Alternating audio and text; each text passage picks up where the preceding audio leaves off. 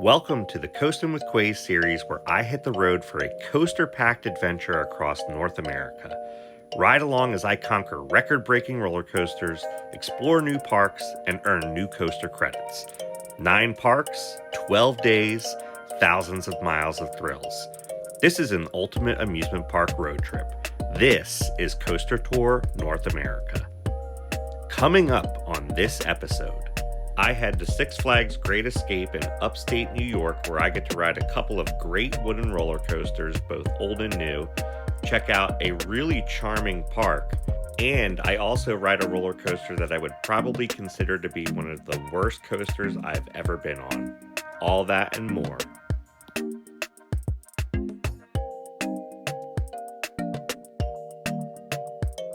Hello, coaster fans. Welcome to episode 2 of Coaster Tour North America.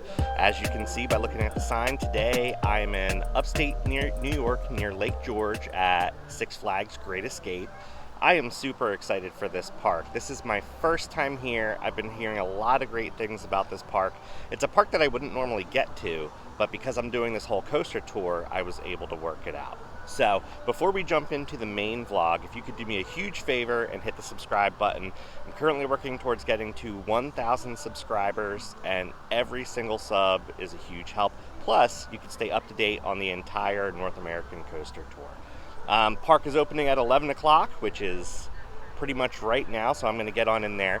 Before I did come to the park, I had a wonderful breakfast at this cute little country restaurant called The Silo. So if you're staying up here when you come to Great Escape, I would highly recommend. It was a cute little spot, had a gift shop and everything. I had a massive breakfast with eggs, sausage, potatoes, biscuits, and gravy. I couldn't finish all of it. It was so big. But I'm here at the park now, so let's get through the gate and get our first ride.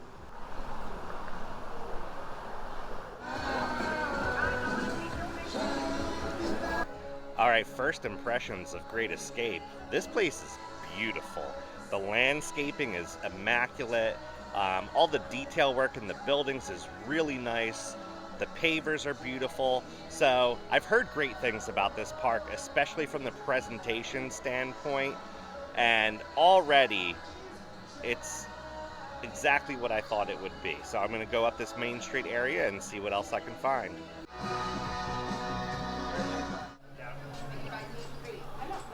Popped into the Village Toy Shop, and they have all kinds of stuff, including these funny little mushroom hats.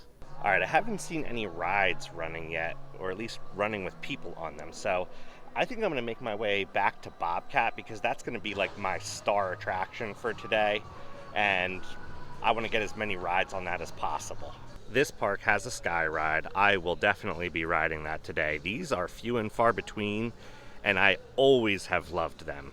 Coming to a park I've never been to is always just so much fun to me, because you don't really know where you're going, so you're kind of just exploring. So here's Timbertown. I'm going to go to the right and cross over this little creek, because that's where Bobcat is. Pandemonium, the first ride that I'm seeing people loaded onto. And look, right behind that, my destination, the Bobcat. Wow, look at the entrance to this ride. This looks awesome. So far, Great Escape is definitely the most beautiful Six Flags Legacy park that I have ever been to. Let's get a ride. I just saw it running.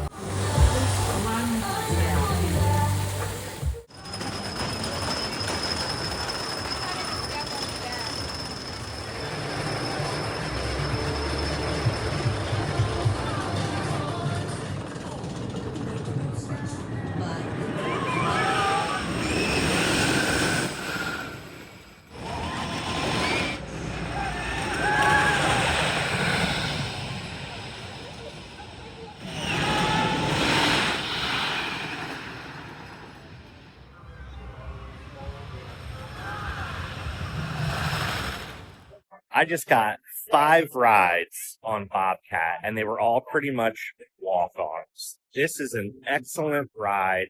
Every park needs to put in one of these Gravity Group roller coasters. If you don't know, this is the first ground-up Gravity Group roller coaster that features its pre-cut track. So what that means is that they pre-cut all the wood at the factory, and then it's just assembled here, kind of like a Lego set. the way that most wooden coasters are built is they're actually built on the spot. So they cut the wood, they screw everything together. This is a little bit different. Since it's a little bit more precise, it is a much smoother ride. And some of the wood is actually tilted vertically, that's a weird angle, instead of flat, and that makes it a little bit more rigid so that it holds up better. So it was running super smooth, super fast. It's paced incredibly well. I have a feeling this is easily going to be the best ride of the day. But since I've already got 5 rides on it, I'm going to move on and get some other credits. But my first new credit of the day is a good one in Bobcat. All right, so when you get off of Bobcat, it leads right to the gift shop. In the gift shop, they have t-shirts for Great Escape, merch for the Bobcat, including the Nano Coaster. I might have to pick this up because this is a cool Nano Coaster to have. This park's not as visited as many of the other Six Flags parks, and this is a great ride. So I might have to pick it up. It's $37.99, even though it doesn't say it on here. They've also got some decent Bobcat shirts that give the stats. It's small but mighty.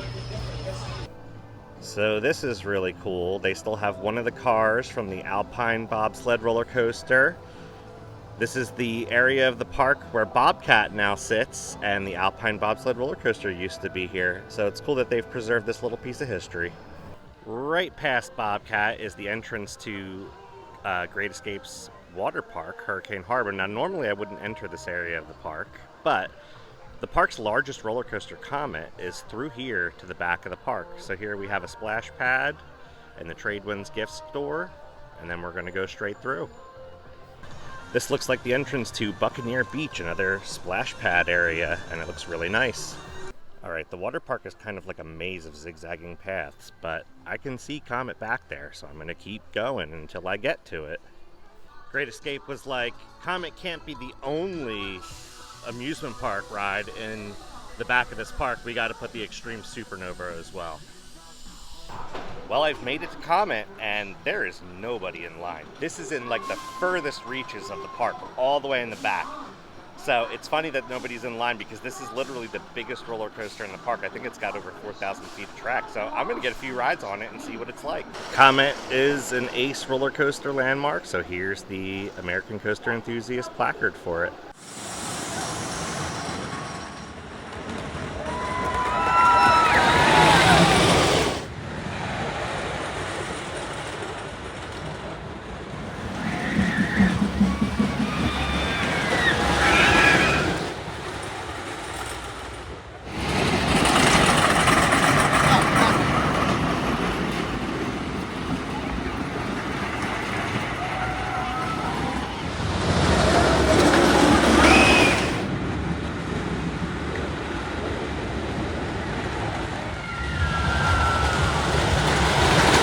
Well, I just got 2 rides on Comet, one in front row, one in third row from the back, and that's a solid wooden roller coaster. I think overall I like the back row the best. This ride gets pretty good laterals in the turnarounds. When I was in the front row, I got some decent airtime on a couple of the hills, but I didn't get quite as much airtime in the back, and I'm wondering if that's because there are some trim brakes on some of the airtime hills. So if you're in the front row, those trims haven't really kicked in yet, you get some good airtime. If you're in the back row, it's braking you by the time you get to the top of that airtime hill. Not too rough. Some parts have been retracked, so overall, a decent ride. Some of the valleys are a little bit rough, but that's to be expected.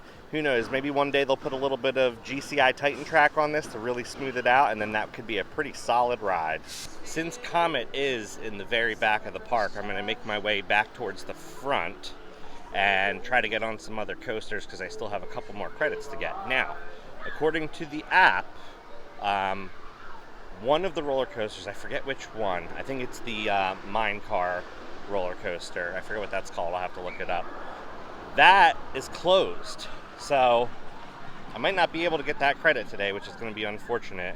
And then the Frankie's Mine Train, or whatever the kiddie coaster is called, I don't know if they're going to let me on that without a kid.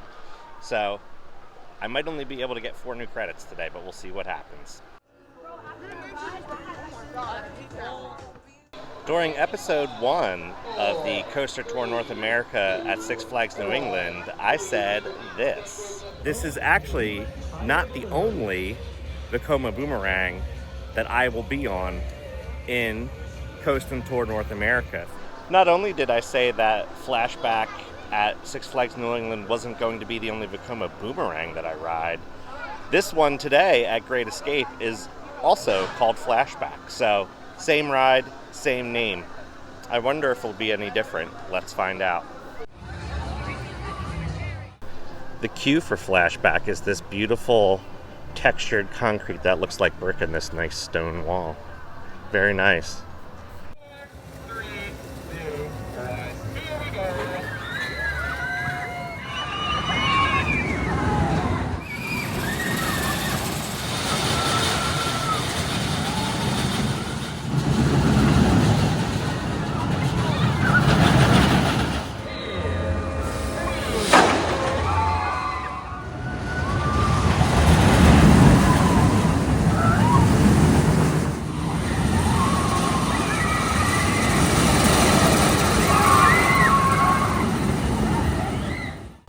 Wow, I never thought I'd say this, but an old school Vekoma boomerang was a lot of fun.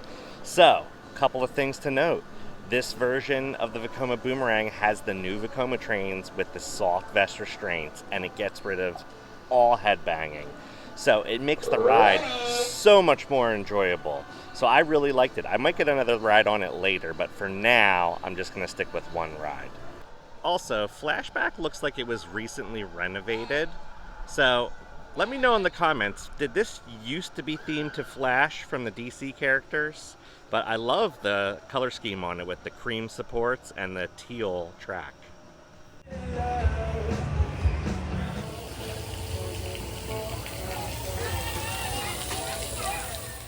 I've entered Timbertown to see if they will let me ride Frankie's Mine Train, but I'm not sure.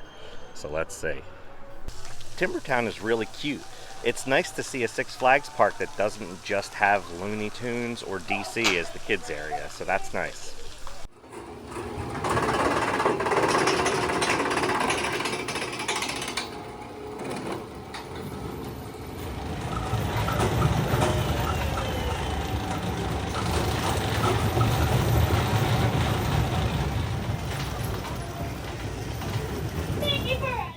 Alright, so bad news about Frankie's Mine Train. If you're over 54 inches tall, you must have someone who's under 54 inches tall to be able to ride.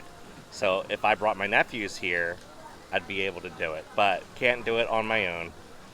It's a shame. I get why they do that. They probably just don't want coaster enthusiasts coming and, you know, filling up the line for a kid's ride, but there's literally 0 people in line for it right now. So, not going to get this credit today. We're moving on. So Six Flags Great Escape is known for having a Storytown section of the park that has lots of theming to different stories. Right here we have Cinderella's Castle. This is really cute. They have these cute little town squares that kids can play in. Look, we have the Red Rooster Saloon. And you can go inside. So fun. There's actually a Storytown train that takes you through the woods with all kinds of story stuff on it, but that is not running today. So we'll have to skip that one, maybe next time. And here we have Moby Dick.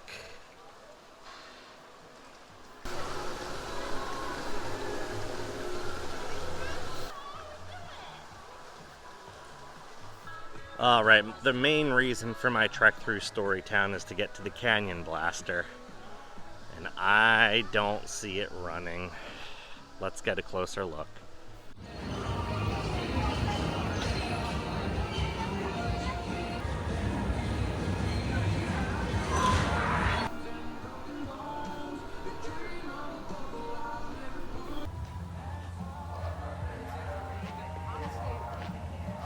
Well, here's the official "it is closed" sign.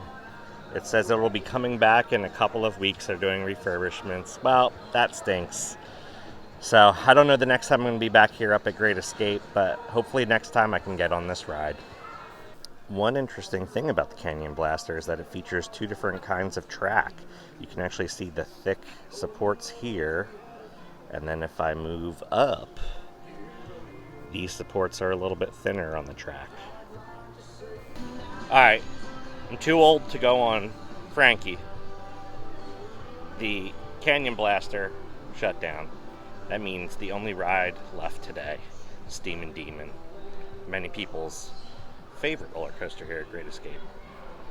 If you can't sense the sarcasm in my voice, that was sarcasm.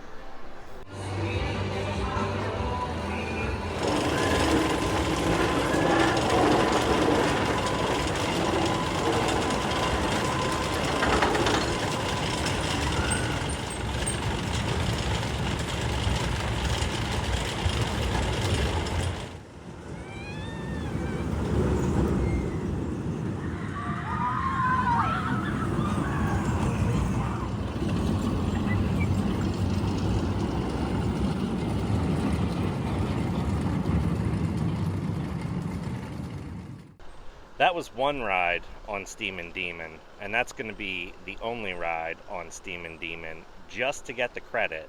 I wonder if they call it Steamin' Demon because it's a steaming pile of doo-doo. That was not good. You know, I've heard all this stuff about this ride and how it's horrible, and like some people even refuse to ride it. And I'm like, alright, they have to be exaggerating. They're not. I mean, there was so much head banging on it. At one point I banged my jaw against the restraint and I was like, did I crack a tooth or something on that? That was terrible. Here's what I will say. When you arrive here at Great Escape, you have to walk over a bridge that goes over the roadway to get to the park. And the first thing that you see is Steamin' Demon. Now, usually at the front of a park, you want something that's going to get people excited to ride. And this is not that coaster. So, personally, I think it's time for this coaster to go. Honestly, with Bobcat, this park looked at what they had. The bobsled was not really a good ride to keep, so they got rid of it, and they put Bobcat in, which is a classic coaster because it's a wooden coaster, but they used new technology, and it makes it run so much smoother, so much more dynamic. It was this park looking at what kind of park this is, which is kind of almost like that classic family park feel with a lot of classic rides. So they did something to honor that, but they also put something in that was new. I think they need to do that with this ride as well. I think an RMC Raptor would be perfect here because it shows that this park's moving forward, but it's also not putting like the craziest coaster in. So that's what I would do here, and I think that that would get people excited when they first come to this park. Here goes the monstrosity now. I think it's time to say goodbye to Steamin' Demon. So I've gotten all the credits that I can get here at Great Escape today, but that does not mean that I'm done riding. I would like to get a ride on the drop tower, known as Sasquatch, or as I call it, Sam Squanch. And then I definitely want to get on the Sky Ride. But after that, I think it's time to just re-ride Bobcat until I'm going to leave this park. So let's head over to the drop tower now and see if we can get on at least one side of that. But if we can get on both sides, that would be awesome. The one side shoots you up, the other side shoots you down. This looks like a cool flat ride. It's called the Condor. It looks like it spins and goes up.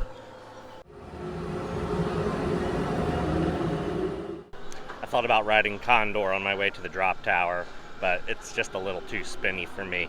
What can I say? I'm almost 40. I'm getting old. All right, made it to Sasquatch. I love the theming here. Nothing is DC, and I love that. Six Flags. Let's get rid of the DC stuff. Now that Cedar Fair and Six Flags has merged, let's do more of this kind of theming. I love it.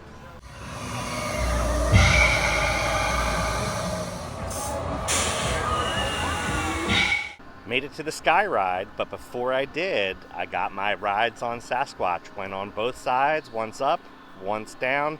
Both sides were great. I really liked the downside the best, but there was no wait, so I got both. And then I made my way through Hot Rod USA, and I got another ride on Flashback since I was walking right by it. Never thought that I would want to re-ride on a Vekoma Boomerang, but here we are. So now let's get on one of my favorite old school attractions, the Sky Ride.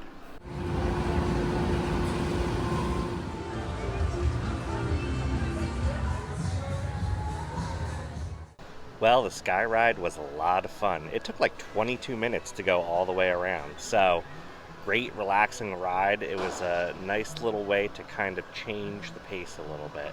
But now, there's only one thing left to do: Bobcat. All right, made it back to the Bobcat. We're gonna get some more rides on this bed, Larry, to close out the night.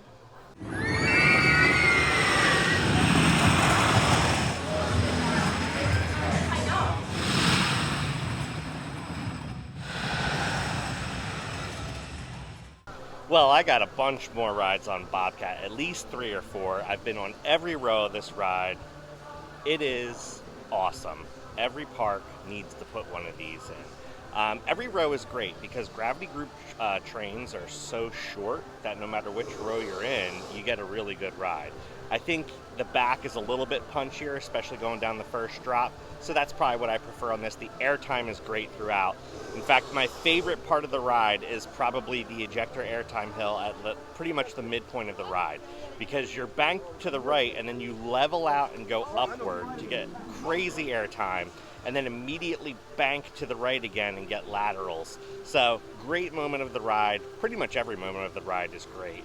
I would definitely recommend this one, and you could ride it all day. That's pretty much what I've been doing.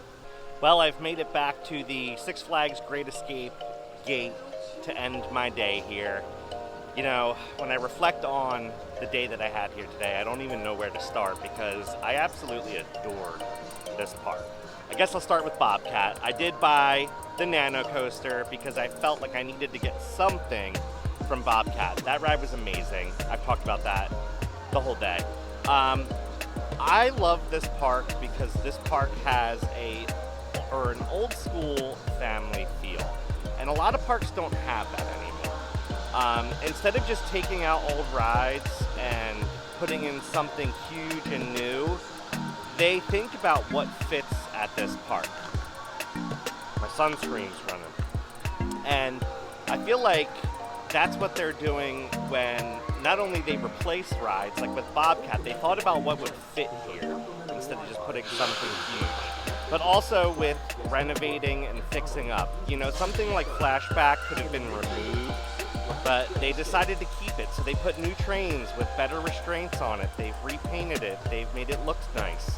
The Storytown, they're fixing that up instead of just tearing that out. So all this stuff is great. It's a super manageable park. It's great for little kids. It's great for people that like coasters. I had an amazing day. I'll definitely be back to this park. I don't know when, but I will be. So that's going to do it here for today. Now, what's next? Tomorrow, episode 3 of the Coaster Tour is Six Flags Darien Lake. So if you're not subscribed already, do that now so that you can stay tuned for that episode. I'm going to get out of the sun because, as you can see, I keep straining my eyes. So until next time, keep on coasting.